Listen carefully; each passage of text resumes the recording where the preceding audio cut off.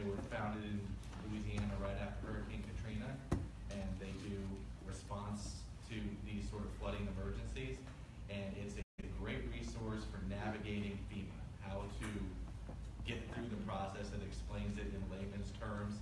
And for people who are just overwhelmed by it, it's very easy to read and understand, and lays it out in a clear.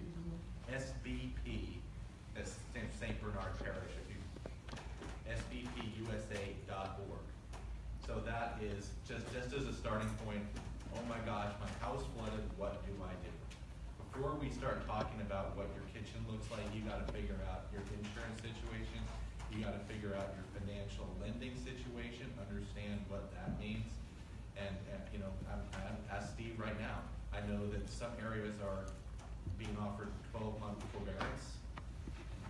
And I don't know what the process is to do that, but the one advice that I heard yesterday was no matter what, don't just stop paying your mortgage, call your mortgage lender. But find out what is available to you. For people have had 6 feet of water in their homes, this is catastrophic situation, and there are things in place, but you've got to take the reins to find out what they are. There's some legal ramifications too. The people who are affected by the reservoir releases have a claim against the federal government based on a tape clause. The federal government used their property to store floodwater, and they are saying we per the Constitution, we're allowed compensation for that. So there's a class action suit. I'm not aware, but if you're in that situation, that's a very different condition than the rising floodwaters got into your house, or you have your roof collapse. That's a separate thing that is very specific situation. The number one thing that you guys and people have to understand is where your property sits in relation to the floodplain. If you're in the 100-year floodplain or the 500-year floodplain. Unfortunately, a lot of people I've met the last few weeks have said, well, we're not in the floodplain. Yes, you are. You're either in a 100-year or a 500-year. You're still in a floodplain. The rules are very different for what you can and can't do depending on which one you're in. If your property is in the 100-year floodplain, which if you look at your survey will say Zone AE, if any portion of your property is in Zone AE, the finished floor elevation of your house, the main finished floor, must be 1 foot or more above the base flood elevation. BFE is basically set. I mean, if you look at the flood panel maps, it will say what it is for various areas. The further east you go, the lower the elevation is. The further west, it's higher. That's the way the water flows. So you have to know what it is for your specific property. But if your slab is below the base flood elevation, you are limited to what you can spend to restore your home to 50% of the appraised value of the improvement. In Bel Air, Meyerland, some of these areas, Braeswood, if you go to HCAD and look up a property, some of these homes, you might see a land value of $557,000. The improvement might be $22,000. You are only legally allowed to spend $11,000 to improve that property. That's not even going to come close for most of these homes to repair the damage that was done. So unless you raise your foundation to 1 foot above BFE, that's the cap, is 50% of the appraised value of the improvement. Raising the foundation, there are some people who are lifting up slabs. You know, they come in, they tunnel under your house, put hydraulic jacks, lift the whole thing up in a single lift, underream it, and build a skirt around it. It's a very expensive proposition. It's about $70 a square foot of the slab to do. So, you know, $150,000, $170,000 for some of these average ranch homes. I don't think that makes a lot of sense because you still got an old, small home that you've now just put a lot of money into that you're never going to realize that back out. And it looks funny. And it looks really weird. And it looks really weird. Some people don't care. Another option. So basically my point is if you're in that situation and your slab is below the base flood elevation and you can't spend, there's not enough money you're not allowed to cap it when you can put it back into the house. That house is a is a total loss. It needs to be scraped. One good option that saves a little bit of money is you can build a pony wall up on the existing slab. You can utilize that foundation that's in place, build a pony wall up and get to your main level floor above BFE, and then build up from there. That's gonna save, on average, about $20,000. Or you just total the whole thing, sell the land, walk away, or design a new home, build a new home on it. Those are kind of the options that you've got. The former member of our chapter that I met with yesterday in Ireland, and I understand this, it's a very hard thing to get your head around, to understand that the home that you raised your children in, that you've lived in for so many years, is not salvageable. You can't take this situation when you've had flow water in the house, the roof leaking, every single room is badly damaged. The structure is damaged. There's not a fix to that short of demolishing the house. Yes? Question. My mom's old neighborhood in Sugar Land, a lot of people, homes built in the 60s and 70s, when they redo them, they come in and they gut them, Yep. and they actually take off almost all the outside. Yep. So in some of these damaged homes, what prevents you from kind of doing that? What happens that prevents you from doing that? It's if you're in the 100-year floodplain or not. So if you're not in the 100-year floodplain, nothing prevents you from doing that. Okay. You can spend as much as you need or want. The reason they're doing that and taking the siding off is that exterior sheeting that they used in the 60s was an asphalt impregnated chipboard, essentially. Okay. And it's porous and it wicks. And so water got on that and it shoots all the way up and that turns to dust. And the only way to get to it, to remove it and replace it, is to take the exterior sheeting off, either brick, stucco, siding, whatever it is. So you're basically stripping down the studs. Simon? So we have a client who has that situation. When we spoke to the adjuster, in Louisiana, they're not removing the bricks. The insurance company's not willing to pay to remove the bricks. All they're going to do, they have a methodology where somehow we've got to slide the sheet and remove that gypsum board out, break it out, and then try and slide it behind the studs. And that's their cheap way of getting rid of the situation. Michael? Joe touched on this last year, incredible renovations, what's the owner's name again? Adam. Adam, that's right, Adam. He's got that rubber sheathing that goes around the whole house. Yeah. How would that be installed after the house is built though? Well, you got to take the sheething off. You got to take the exterior The plastic. exterior off, Yeah. right, yeah, so Yeah. that's still not an Yeah. option. Just Cheap. insurance. Yeah. Anyway, it's a great product, but you have to have the exterior exposed to install it. So within the 100-year floodplain, you're very limited options of what you can do if you suffered severe damage. Some neighborhoods, the evaluations of the improvements are higher. You know,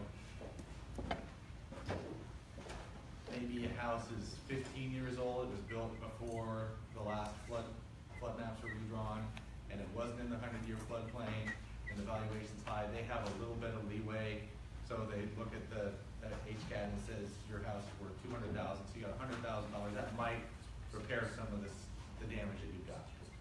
So it is a case-by-case basis, but by and large, the old 60s, 70s ranch homes in the 100-year that are below the base flood elevation are not and should not be repaired and rebuilt. There are people out there who, go ahead. All right. There are people out there who are, the white pickup truck going down the street, we're gonna fix this, and we'll come in and replace your drywall.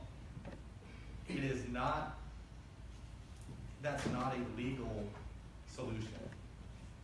The city, it's not the city ordinance, the building code and FEMA guidelines are, you must be 1 foot above base flood elevation to spend more than 50% of the approved value of the property. That's the law, and there are people working around it. I do not advise it. And I heard, the person I met with yesterday said, well, my neighbors down here, when we flooded on tax day, they just had people come in and they fixed it all and they put new drywall and painted it back up. And they did that. I said, did they flood again? Well, yeah. Well, you're not solving the problem. The problem is your house is too low. You live in a floodplain, the house is too low. The primary purpose of a home is to shelter the inhabitants. And if you are built in an area where you that most fundamental requirement of what we're trying to do, just shelter people, protect them, and protect their belongings. And unfortunately, there is probably 50,000 homes that need to be rebuilt and built differently than they were built originally. How are builders allowed to build below the floodplain? How It are they- wasn't in the floodplain when they built. No, well, you got Barker at 104, and Barker's- 28's at 96, right? Yeah, but the base flood elevation's below that. That's. They're in the reservoir, but Yeah. outside the 100. Yeah, the reservoirs. You're in the reservoir but below the. Yeah. Outside of the floodplain. Yeah. Yeah. You were talking about a little bit outside. Can you talk to, you know, what a 100-year floodplain and 500 really? Yes, so there's a big misnomer about that. And people say we're not in the floodplain. Well, you're in a 500-year floodplain. What that means is that every rain event, there's a 1 in 500 chance that you'll flood. If you're a 100-year, every rain event, there's a 1 in 100 Yeah, chance. floodplain is one, it's a yearly thing, it's not, it's every rain event. Every day. It's 1 in 100 or 1 in 500. Correct. Every time. So Even though it's just a It's year. a probability is all it's a it is. Why is it called, That's, well, the 100 times it rains? Doesn't Well, feel so- Flowing 100 years makes it there are sound homes like in it's Barker gonna that be get a flooded flood. 3 times in That's 3 years. That's why. And then, well, we're not in the floodplain. Yes, you are. Everybody in Houston is in a floodplain. It's just the probability of it. Well, the reality is, it's called the Bayou City. Correct. There's a reason for that. And people that live out where you and I live, we live along the Brazos River. Correct. On the Sabine River, the Lake Yeah. Conroe. And people have to get away from thinking that levees are all encompassing and that all the planning has been done. You're around water and you should protect yourself to the best of your ability. Yeah. And the best way to protect yourself from rising water is to build your house on pier and beam with a crawl space. Yes. It is the way Houston was built up until 1940. And people started building slabs on grade. They came back, the GIs came back after World War II and were slapping down slabs overnight, you know, build out Bel Air and all those neighborhoods. That's not a smart way to build. We shouldn't be building that way. And we're gonna have to change our mindset and build differently. Rising water is a fact of living in this city. We need to be building appropriately to that fact. If you are in the 500-year floodplain, you have different options. You're not gonna be capped on what you can spend. However, it matters very much what kind of flood you have. If you're in Meyerland and Bracewood and the waters rose and they receded and your house was wet for 2 days, a day and a half, you probably, if you're not in the 100-year, and some of those aren't, there's some variance, your structure's probably okay. I can't speak to every consideration, but most people in that situation aren't gonna have long-term structural problems. They've gotta dry out, do those appropriately, do all the mold mitigation, all those issues, and then they should be able to put the pieces back together and move on.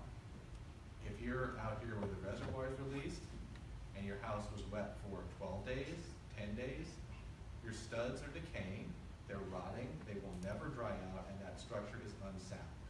It will fail in time. That house should not ever be patched up, put drywall back on, and pretend like it didn't happen. The studs are decaying. They will not hold your roof up over the long term. Furthermore, that water wasn't clean water. That has sewage in it. There's a sewage plant, Beltway 8 Memorial, right in that area. That flooded. All that water that was flowing to people's houses had human feces in it, and it had animal feces in it, and all the accumulated trash and debris. That's all in your house. That is not going to clean up easily. That is not a safe environment to bring a family back into. I mean, the expense of mitigating some of those issues, the mold, these homes have now had standing water in them for 2 weeks or close to 2 weeks now. Mold growth is off the charts. I mean, I walked into a home and a bag on the second floor was hanging there, and it was like from a department store. It had a slime of mold growing on it. That will pervade every surface inside throughout your home. It'll show up in years. couple years down the road, all of a sudden you get black spots on a wall somewhere. That's mold growth from the inside out. These houses are total losses. And people are having a hard time accepting that and understanding that. But a house that has had standing water in it for 10 days is not a salvageable property. But there's an offset to that in a reality that unfortunately, and Steve can talk to this from a financing standpoint, is there's a lot of people that are upside down That's right. and they're gonna have to risk it. They are, they're going to. And They're gonna risk it because they don't have another choice except for complete bankruptcy. And I don't know what other loan options there are. So is there anything short of, because they can't all just start over and destroy their homes. That would be ideal. So what are the options short of, like I have a client, Kirkwood and Westheimer. Yeah. Week and a half water, 3 feet in the house. Mm-hmm. Hardwood floors, push some of the brick out. So that house is structurally compromised. That house is structurally You know, compromised. all my friends in Thornwood, Yeah. and that's 10 days. It was Wednesday to Saturday. I mean, they're all done. Okay, I so guess short of, there are people who will patch that up. I'm not gonna be a part of that. well, and I know you won't, Yeah. but if you were advising someone who said, look, I just took out the loan, I got 2 kids in college, I'm maxed out on my credit cards, I don't have any borrowing potential, what do I do? What is short of a total reconstruction? If you're advising Honestly, someone. the best thing to do is to get out of the land. Yeah. Yeah, bankrupt to then, Yeah. and do a short sale, get out from under it, or I've Because seen people just walk away. Because they're gonna use every other resource they have to put the lipstick on the pig. They're gonna sell, they've gotta disclose that. Right. They might as well just go take the money and set it on fire, because you're never gonna get that back out. You might get a place that you can live again, and there's no guarantee that you won't flood again. There's a probability you'll flood again. So just like, okay, so someone that knows nothing about anything, and just flaunting my ignorance here, when it's something structurally unsound, like, does it fall in one day? Like, what happens? And what's the legitimate risk? So, is it a slow process, or is it like suddenly? Water is level, right? So Yeah.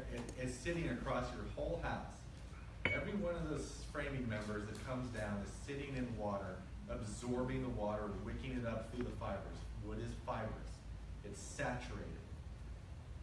It begins to decay. The decaying is a biological process that breaks down the cellulose in the wood. That stud, every single one of those frame members, no longer has the capacity for bearing that it was designed to have. And as time goes on and the decay continues, it gets less and less and less. What you'll see, and what we'll start to see a year, 2, 3 years from now, is big cracks. Oh man, there's a big crack in my ceiling. That wall is on the. Those are the studs failing. And it would be progressive, and your sheathing's holding some stuff up, and it's got some shear strength, and it's not going to be just woof like that. But it's a structure that's in a state of failure. How is that, and by the way, I'm not disagreeing with you, it's just conversation right here. How is that different in the normal course of construction of a home when we're in a rainy season and wood's out there and you get rain for 2 weeks and wood is getting wet? That It's not way. submerged. Because it's not submerged, and it dries out. It gets the water content. Sam, and then Joe. Well, I have some friends that are in that area, but because the water is there, water's powerful, and it lifts actually the foundation. Yeah. So the houses are already starting Yep. to tilt. Yeah, and that depends on what the foundation is. If it's got undergreen piers, it's going to be better. If it's a post-tension slab on grade, it's probably going to float some. And most of those houses are PT slabs. The soil, by and large, we have clays in Houston. Those clays reached their saturation point actually before the storm because we had a lot of rain this summer. So they were as swollen as they're going to get. And it takes time for them to dry out. So if we had, I think it was 2011 when I moved here, and we had that drought, and the houses were starting to settle and crack. It does take time for clay to dry out, and someone gave me the number. But but if we had a couple dry years, all those houses would start to fall at different rates, and they're gonna snap. Swimming pools too. Yeah. Like, don't drain your pools. Yeah. Yeah, Drain it, it'll pop out the ground. Yeah. You know? Yeah, because the water in the ground is exerting upward pressure on your foundation, on the. Don't drain your pools immediately after this flood. And this may sound like a strange comment, but houses aren't very heavy. No. We think they have a lot of, they're big with all this stuff. They're really not very heavy in compared to, you know, what soil and the power of water. I mean, we hope we all learn about the power of water and what it can do. And so, you know, how it can move concrete barriers on a highway 50 feet without much effort. Brick walls have been bowed in. I mean, moving water is extraordinarily powerful, and hydrostatic pressure is extraordinarily powerful. Joe. Thanks so much for all the information you're doing. And by the way, I'm videoing this, so if you guys need to send it to your clients and friends, it's great information, and you've been very comprehensive in it, so appreciate that. One of my concerns that I'm thinking through this is, here's the homeowner who slaps it together, right? And then they try to sell it, and then here I'm taking a buyer over there, and how do I evaluate that? It's fixed now, it's dry, it's a year later, and you're talking about compromised structural. But is it dry? I mean, do you have moisture readings showing? Correct. Yeah. No, correct. I mean, that's my that. that's my concern. I mean, somebody's gonna take a buyer. Yeah. We're looking at the house. We do an inspection. We may do a clue report, right, to pull out whether or not they made a claim. They may have made a claim. It may not show up on a clue report is a comprehensive loss underwriting exchange. It shows if a homeowner makes a claim, and that makes sure that we understand that the homeowner is actually disclosing everything that they know, right? And I'm not sure how far back the clue reports go, but I'm nervous now, especially what you're telling me, because if I go into Thornwood or some of these places where they had standing water for more than 10 days, I mean, I almost need a database that says how many neighborhoods in Houston that had standing water more than 10 days. That's what I need to even consider taking a buyer through there. I mean, that's kind of what we're talking about, right? I mean, how do you evaluate that, or what would your recommendations be on evaluating that? Which portion? Now the house is fixed. How do I make sure that I would want to see a report from a structural engineer. I'd want to see moisture readings that were taken prior to the house being covered up. I would want to see a mold mitigation report. I'd want to see a lot of things as a buyer before I would do that. And then the other question I think people have to consider is, the schools may be great, it may be a great neighborhood, but if this house has flooded with 5 feet of water in it, is that a safe place for me to live? One option too that you could consider is what we call in the legal world destructive testing, and that is you take your expert in and you find 3 or 4 places in the house that are inconspicuous. You have them remove drywall, inspect studs, take a look at foundation. The homeowner's not really going to be real thrilled about that. It's destructive, and it's going to cost to put things back and repair that. But if you're looking for a greater level of certainty when it comes to your purchase and when it comes to, the investment that you're about to make, it's 2 bits holding up a dollar, just to buy peace of mind and make sure. Because I think you've got to go in with a presumption that a house in this area, whether they say it flooded or not, there's a presumption, I think, that it did flood or it should have flooded. And that's a hard one. I mean, we have trouble with getting an access panel to the tub so that we can have a plumber look whether or not the tub has ever been flooded. Sellers won't remove, and it's like a $25 removal of the grout and pull a panel and you can look in there. They don't even want to do that, and now you're saying this and that and the other thing. I doubt it. We got to wrap. We're going along, but Simon, you have a question? What I've read with the insurance adjusters, there is experts with moisture readers, infrared cameras, where they can see into the stucco inside the walls and see how much moisture and get moisture readings. So that is an option for homeowners wanting to buy that. Yeah, but Alex said he wants to see the readings before the flood. Yeah, but after you're trying to. Before the cover up. Before the cover. I see, yeah. Yep. I guess the last thing I want to say before closing, the best advice I heard last night was if you were affected by a flood, document. And you cannot do too much documentation. Every penny you spend, every item, every condition,